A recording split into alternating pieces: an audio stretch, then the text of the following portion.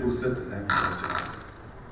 En fait, je suis venu au Maroc pour la première fois en 1982. J'avais 25 ans. Je suis venu à Mohamedia pour un séminaire sur la réassurance parce que je suis de formation assureur. Et Mohamedia, c'était un petit port de pêche avec un seul hôtel. Et c'est dans cet hôtel que nous avions tenu ce séminaire. Et je suis revenu en 83, cette fois-ci à Casa, à la CENIA, à l'époque, la Compagnie nord-africaine et internationale d'assurance, pour faire mon stage, à faire un stage en assurance vie. Et depuis, je n'ai cessé de venir au Maroc. Donc, quelque part, je suis marocain. Et Dieu a voulu que, étant Premier ministre, après avoir été directeur national de la Banque centrale, mon meilleur interlocuteur, c'était l'ambassadeur du Maroc. Et je suivais au jour le jour le programme de formation des étudiants centrafricains au Maroc. Et je voudrais, avant d'arriver à mon speech, suggérer au ministre de l'Enseignement supérieur qui a fait un brillant speech que la meilleure façon de vulgariser l'Afrique dans les têtes et de notre jeunesse, c'est de faire en sorte qu'il y ait des conférenciers qui soient invités par les universités, les institutions de formation marocaines, pour permettre à ceux qui ont été au charbon, comme nous autres, de leur expliquer ce que sont les attentes réciproques, quelles sont les opportunités réciproques, et croiser les analyses qui vont fertiliser, n'est-ce pas, toute démarche de coopération mutuellement satisfaisante. Je vous remercie. Et maintenant, je reviens à mon intervention. Avant de venir ici, j'étais à Kinshasa, au Congo démocratique, pour participer à la 47e Assemblée générale des assureurs africains. Mais j'ai toujours l'oreille politique. Et un intervenant qui est un grand homme d'affaires camerounais, qui a créé un groupe d'assurance, Activa, pour ne pas le citer, qui est présent dans beaucoup de pays en Afrique. Dans son intervention, il expliquait un peu à l'Assemblée générale comment il a pu s'implanter en République démocratique du Congo, qui avait un marché d'assurance fermé depuis l'indépendance, et qu'il a ouvert il y a juste 8 ans, en 2015. Il a dit, quand il venait investir au Congo, les uns et les autres lui ont dit, mais pourquoi tu vas dans ce pays? C'est un pays qui n'a pas, c'est pas un état de droit, il n'arrive même pas à faire des élections. Et l'assurance, c'est le droit. Vous allez là-bas, qu'est-ce que vous allez faire? Vous allez vous faire entre guillemets avaler. Et il a dit, et cette réponse, elle est très politique. Il a dit, les grands groupes d'assurance internationaux ont le monde entier comme terrain de jeu. C'est des global players. Ils investissent en Asie. Si le vent se retourne, ils déplacent leurs investissements en Europe. Si le vent se retourne, ils le déplacent en Amérique. Si le vent se retourne, ils le ramènent en Afrique. Si le vent se retourne, ils rapatrient en Europe, etc. Ils peuvent jouer à ce jeu. Mais nous, Africains, nous n'avons que l'Afrique comme notre terrain de jeu. Nous sommes des local players par rapport aux global players. Et c'est la même chose en politique. L'Afrique, ce n'est pas notre continent, l'Afrique c'est notre pays. L'Afrique c'est notre pays. Parce que lorsque vous prenez l'avion à Bangui pour venir à Casablanca, vous ne sentez pas de différence. Vous êtes sur le même continent. C'est un continuum géographique, c'est un continuum économique, c'est un continuum écologique, c'est un continuum humain. Donc, l'Afrique, c'est notre pays et nous devons faire en sorte que ce pays-là fonctionne normalement. Qu'est-ce que j'appelle fonctionner normalement? Quelles sont les institutions qu'il nous faut? Je pense que, comme a dit le ministre Mankeur Ndiaye tout à l'heure, aujourd'hui, notre défi, c'est de revenir à ce que les pères fondateurs de l'Union africaine, de l'Organisation de l'Unité africaine voulaient à l'époque faire en 1963, c'est-à-dire une seule Afrique, au moins sur le plan de l'efficacité et du fonctionnement. Et pour que nous puissions fonctionner comme un pays avec des institutions crédibles, il faut que l'institution supracontinentale qui est l'Union africaine soit elle-même crédible. Qu'est-ce que j'entends par là? J'entends par là qu'il revient à l'Union africaine comme institution politique de prendre des décisions et de poser des actes crédibles. Cette crédibilité institutionnelle est à la base de tout. La première chose qu'il ne faut pas faire, c'est qu'il ne faut pas accepter que l'Union africaine fasse entre guillemets, n'importe quoi. Et je mets dans ce cadre de n'importe quoi l'admission d'une pseudo-république, la RSD, au sein de l'Union africaine. Ça a été une faute politique grave. Je n'ai jamais été ministre des Affaires étrangères, j'ai été Premier ministre, brièvement ministre de la Défense, puis ministre des Finances, puis militairement même fonction de Premier ministre.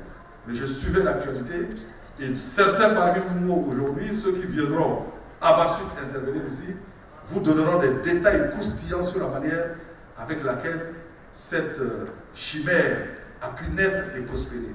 Dès le moment où une organisation, dans notre pays, l'Afrique, fonctionne ou prend des décisions sur des bases aussi légères et aussi contestables, c'est l'ensemble de l'édifice qui est interpellé et qui est interrogé. C'est pour ça que je pense que pour redonner de la crédibilité d'abord à l'institution continentale, il faut que nous pesons le premier acte. Le premier acte, c'est de faire en sorte que ne se retrouvent au sein de l'Union africaine que des États. C'est le premier point de la démarche et il conditionne l'ensemble de la démarche, la crédibilité de l'ensemble de la démarche. La deuxième opération qu'il faut mener naturellement, c'est de faire en sorte que la ZLECAf ne soit pas un autre monstre de Loch Ness. Je ne suis pas en Écosse, mais j'emprunte l'expression. Il faut que la ZLECAf devienne une réalité par rapport aux défis nombreux qui attendent l'Afrique. Je m'en voudrais encore de citer une fois votre ministre de l'Enseignement supérieur ici. Il a parlé de la dividende démographique de la jeunesse du continent. Mais moi qui suis assureur et qui vois le risque, je vois le poids des contraintes politiques, sociales et économiques qui seront celles de l'Afrique. Si cette dividende n'est pas transformée, si l'essai n'est pas transformé. D'où la nécessité d'avoir une institution supracontinentale crédible et un instrument économique efficace. Et je vois en cela la ZLECAf. Qu'est-ce que nous constatons aujourd'hui sur le plan économique? Il y a, depuis le plan d'action de Lagos de 1980, il y a, sur le papier, il y a une politique économique, une architecture politique économique africaine, de construction d'ensembles régionaux, de communautés économiques régionales compétentes. Et vous tous ici, vous le savez mieux que quiconque, que par exemple l'Union du Maghreb arabe est mordée parce que tout simplement des considérations faussement politiques ont été instrumentalisées par un État pour bloquer l'ensemble du système. Si on parle de l'Afrique des opportunités ou des potentialités vers le sud du Sahara, mais vers le nord du Sahara et à la pointe sud de l'Afrique, on ne parle plus d'opportunités. On parle de réalité économique existante. Et imaginez l'effet d'entraînement qu'aurait, la plus-value qu'aurait eu l'économie africaine si l'Union du Maghreb arabe, comme les autres communautés économiques régionales, avait pu être fonctionnelle. Sur le plan sécuritaire, parce qu'aujourd'hui, l'autre défi de l'Afrique, c'est la sécurité. Je ne sais pas si c'est de l'humour noir ou si c'est un jeu de mots, mais la force africaine en attente, qui est au cœur de l'architecture sécuritaire africaine, est effectivement en attente, depuis 20 ou 30 ans, faute de moyens, tout ça. Et cela, au moment où des pays entiers en Afrique, je ne les citerai pas, aujourd'hui font face à des graves menaces à leur propre existence. Dans le Sahel, en Afrique centrale, en RD Congo, qui a près de 100 millions d'habitants, en Somalie, etc., en Centrafrique, chez moi-même, au Cameroun, etc., Et qu'est-ce que nous observons? Il y a des missions des Nations Unies. Je reconnais devant monsieur le ministre Mankeur Ndiaye, qui est un frère avec qui nous partageons le même pays, puisqu'il a vécu pendant 3 ans à la tête de l'administration centrafrique. Qu'est-ce que l'Afrique a comme réponse? C'est que lorsqu'il y a des conflits, ce sont des missions des Nations Unies, alors que les forces africaines existent sur le plan individuel et national, alors qu'on aurait dû assurer la sécurité de l'Afrique par l'Afrique. Pourquoi nous ne le faisons pas? Parce que à la tête du troupeau, nous avons besoin d'un berger qui soit crédible, c'est-à-dire une africaine crédible, qui accepte d'affronter les défis et de dire ce qu'il faut, même si ça déplaît à un certain nombre de pays dits puissants. Il y a également, sur le plan économique, une aberration historique. Lorsque vous prenez le PIB de l'Afrique pour toute l'année 2022, il est de 4 288 milliards de dollars des États-Unis exactement. Vous prenez le PIB de l'Union européenne, il est de 14 476 milliards de dollars des États-Unis. C'est-à-dire l'Union européenne seulement a peut-être près de 3 fois et demi la richesse de l'Afrique. Quand vous prenez les États-Unis, le PIB des États-Unis en 2022 est de 24 796 milliards de dollars américains. C'est-à-dire 6 fois la richesse de l'ensemble des 54 pays de l'Afrique.